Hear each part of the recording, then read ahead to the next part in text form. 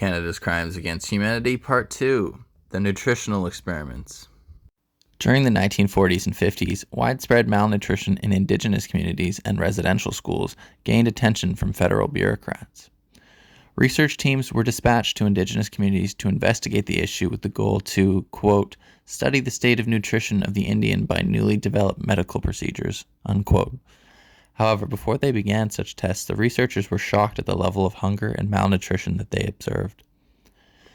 Researchers and the federal government then decided that instead of intervening and providing known solutions to malnutrition and hunger, namely adequate food, with proper funding for the schools, thought it necessary to determine if the provision of some food factor in their diet could improve their health. Shortly after, scientific experiments commenced to determine if vitamin supplements alone could treat manifestations of disease.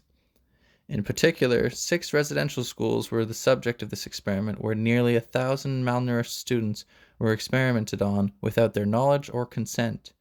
For instance, in a group of 300 malnourished students, 125 were provided with some vitamin supplements, while the remaining served as the control group. In one school, researchers deliberately held milk rations at half the recommended amount for 2 years just to establish a baseline reading. Researchers even went so far as to withhold dental services from students on the basis that tooth decay and gingivitis were important factors in assessing nutritional status. Even following the establishment of the Nuremberg Code in 1947, these cruel experiments continued on into the 50s, further highlighting the disregard for Indigenous bodies. Testimony from former students at the Truth and Reconciliation Commission's hearings paint a grim picture. Rarely being fed meat, for instance, or when they were fed meat, it was often spoiled meat, rotten meat. Survivors describe rarely eating fresh fruits and vegetables. 365 days a year, you're hungry. We eat stick fish, half rotten. We can't eat that. They keep the plate for you the next morning. It's estimated that the average diet for children at residential schools ranged between 1,000 and 1,450 calories daily.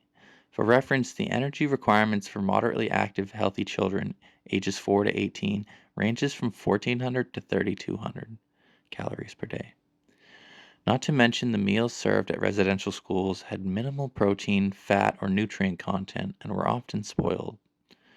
Indian Affairs employee Russell Moses even recalled hungry children eating from the swill barrel intended for the pigs. An important side note on top of this grossly inadequate diet, residential school students were subjected to the half-day system, in which they had to work for half the day, often doing labor-intensive tasks such as carrying coal, pumping water, milking cows, washing, sweeping, etc.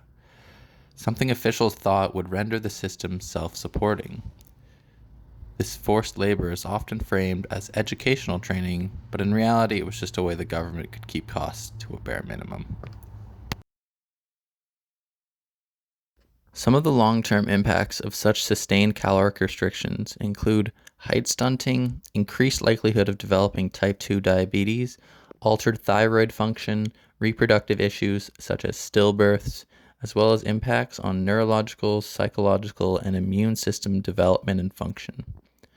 Not only does malnutrition of this sort have long-term health effects on the victims of residential schools, it is also carried on through their children and grandchildren. The conclusion of the experiments yielded no new insights, the research showed little to no impact on malnutrition with vitamin supplementation, and ultimately the need for increased funding to the schools was arrived at, that which had been known all along.